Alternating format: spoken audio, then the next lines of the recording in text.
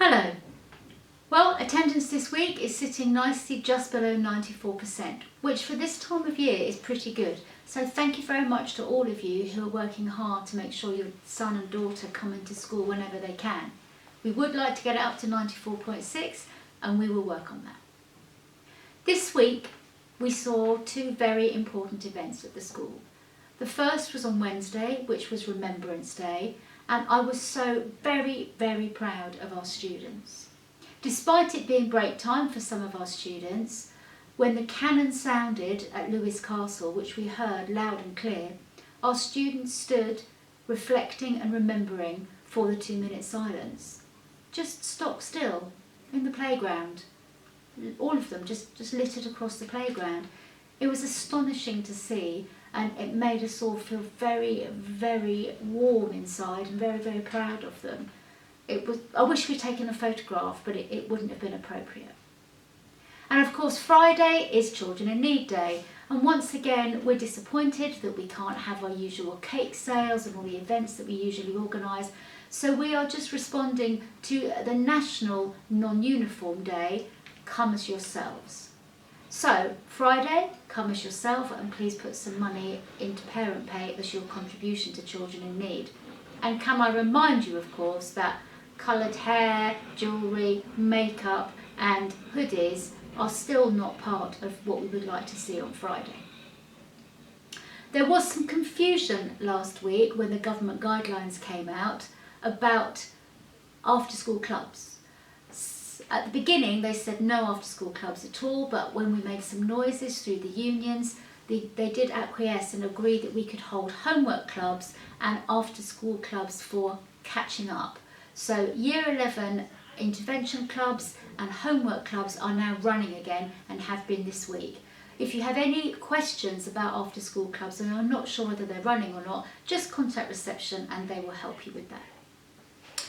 So we have a new 3G pitch and we are now able to take advantage of that at break times and lunch times, and that is available under supervision for Key Stage 4, Year 10 and 11. But of course they must be wearing the right footwear, and the details of that are in the electronic version of this newsletter.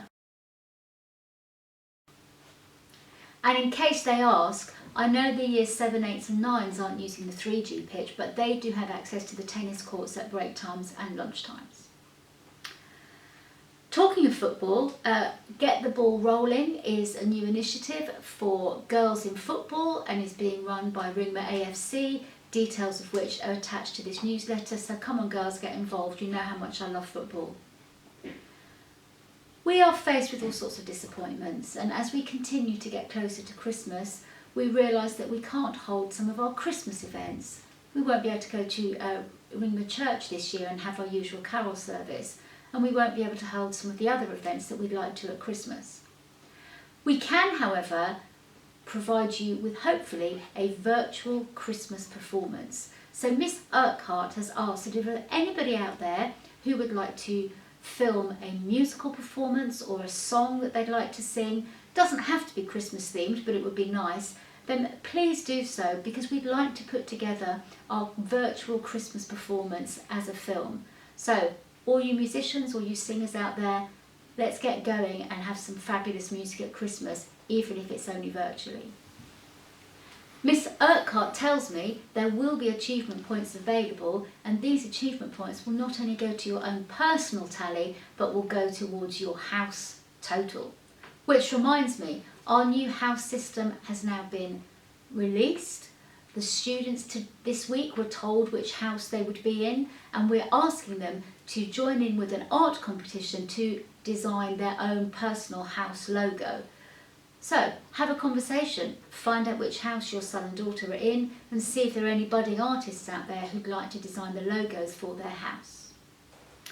I've been asked by Miss Williams for Year 7 parents to pay particular attention to ensuring that your son or daughter has enough funds on parent pay to pay for their food at lunchtime. We've had quite a few instances of students not having any money and us having to contact home. If you could please keep an eye on parent pay, that would be very much appreciated.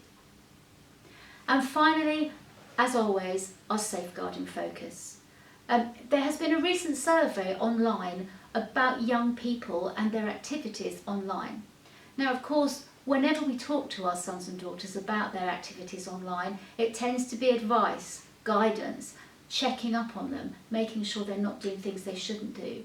And I know that every time I mention online activity to my children, they always went, oh no, here she goes again. One of the points of the survey was to encourage parents to talk about online activity with their sons and daughters, but in a positive way, asking them to show them what they're doing and show them how parents can become more au fait with technology. And that was one of the main findings of the survey, that all the online conversations tend to be negative. So this week, try and have a positive conversation about what online means, because there are so many positive ways in which we can engage with the internet.